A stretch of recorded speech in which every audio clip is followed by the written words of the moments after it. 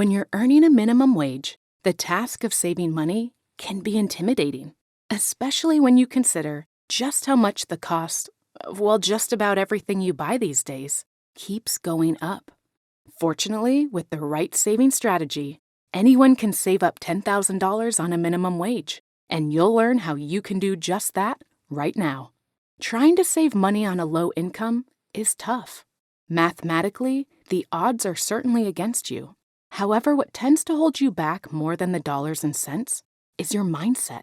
If you've worked for minimum wage before, you'll know that it's hard to inspire hope for financial progression whenever you receive a paycheck and it looks like a zero is missing off the end of it. This feeling of despair is an impediment to saving for two main reasons.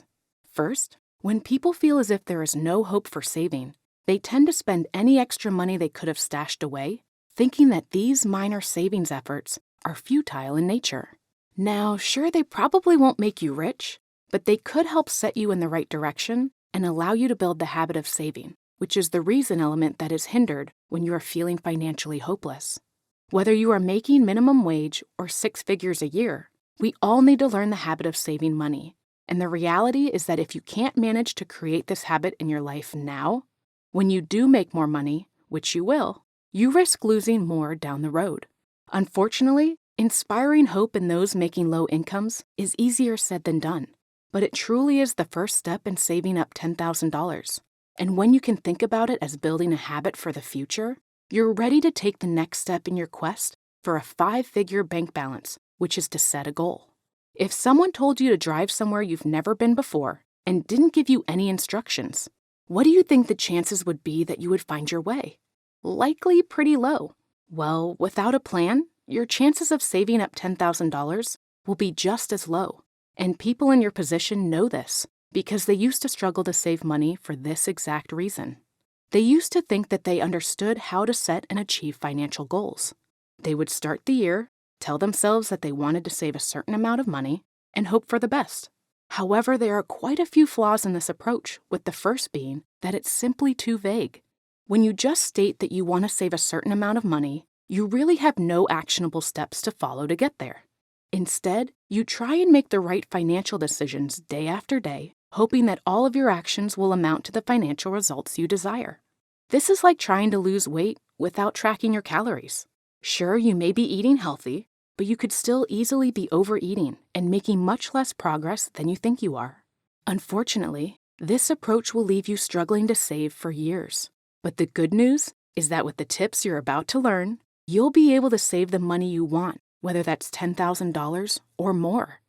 Generally speaking, the more detailed your goal is, the better. Keeping your goals simple is key, and each goal should answer 3 main questions of what, when, and how.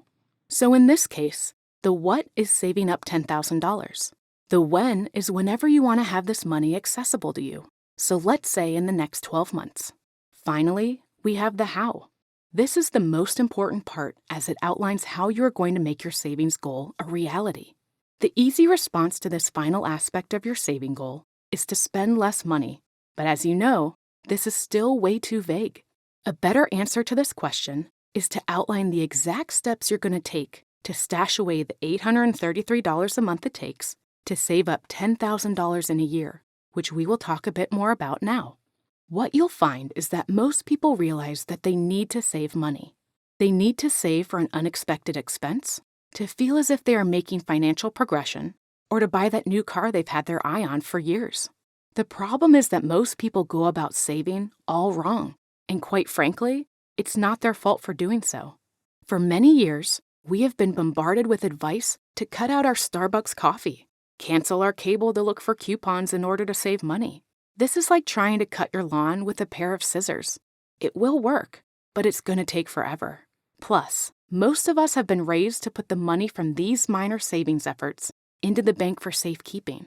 And while this makes sense to the untrained saver, those with more financial education know that this is a death trap for your money, as inflation eats away at your cash more by the day. Fortunately, if you've been making this mistake, you will never have to again, as you're about to learn about the savings pyramid, which ensures that you prioritize the savings efforts that are the most meaningful en route to actually saving money. even when making minimum wage.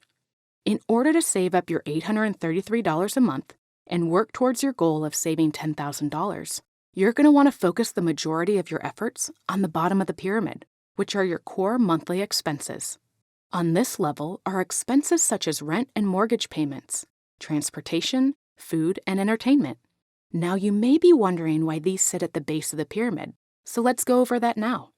These expenses, while the costliest, are also the expenses that offer you the best opportunities for saving. For instance, it's much easier to shave off $300 in housing costs than in cable cutting when you're not even spending $300 in cable a month in the first place. Plus, these are all costs you're already incurring, so it's almost guaranteed that they can be used to pad your bank account by making some adjustments. Not to mention, each one of these cost categories have substitutes within them, which means that none have to be eliminated, which is good news, because I doubt you wanted to be told you had to go live under a bridge or stop eating in order to save money. So given that these are the core expenses you want to focus on to save money, let's go over an example of a substitution of each of these core expenses and roughly how much they can save you. Starting with housing, the obvious switch you can make is to downsize the space you currently live in. This may cramp your style, but until your income allows for more spacious living, this is one of the most effective ways to save money. For instance, in the US, the average two-bedroom apartment is $1,300. The average studio apartment is $1,100. Right there, that's $200 in savings, or a quarter of the $833 you're trying to save. Next, we have transportation. Having a car is one of the greatest conveniences on earth, and sure does beat taking the bus, which is why so many people drive. However, nothing worth having comes without sacrifice, and it's for this reason that you may have to become more acquainted with the bus if this isn't already your primary mode of transportation. This means of saving is one that is really going to move your financial needle. Reports from earlier this year show that the average person who drives 15,000 miles a year is incurring car costs of $10,728 a year, or $894 a month. This is a stark contrast to the average bus pass cost of roughly $100 a month, which, if you calculate the difference, is your $800 in savings right there. However, you may not be paying $900 a month to drive your car, nor do you want to be totally reliant on just the bus to get around. So let's talk about two other ways to save money that will actually have your bank balance growing in a meaningful way. Next are your food costs. The good news is that I'm not going to tell you to stick to an ice-only diet, but the bad news is that if you want to use this expense as a means of saving money, you will have to get a bit more deliberate in how you buy your food. Right now, the average U.S. household wastes $1,800 a year, or $150 a month on food. Chances are you're guilty of wasting food too, and that's okay, because we're about to fix that. The main reason people waste food is that they aren't doing a good enough job planning what they intend on eating. They go to the store and buy a ton of different things, and then end up going out for dinner or not wanting that food when the day would come to cook it, and it all would end up in the trash. This is simply a symptom of being lazy. However, when you're trying to save $10,000 or more on minimum wage, being lazy is not a luxury you can afford. Therefore, at the start of every week, identify exactly what you will eat at every upcoming meal and buy only what will satisfy that plan. Doing this will cut down waste drastically and have you feeling much better about yourself at the same time. Finally, we have entertainment, and this is an expense that has to be handled delicately in your quest for saving more money. It would be easy to tell you to never go out to eat or buy new clothes ever again, even though this would save you a lot of money. However, in doing so, your life would become quite bland. And if you want to make saving money sustainable, you need to not feel totally deprived when doing so. As such, the best advice for saving money on entertainment costs is to do the following two things. First, identify one entertainment expense that you can eliminate.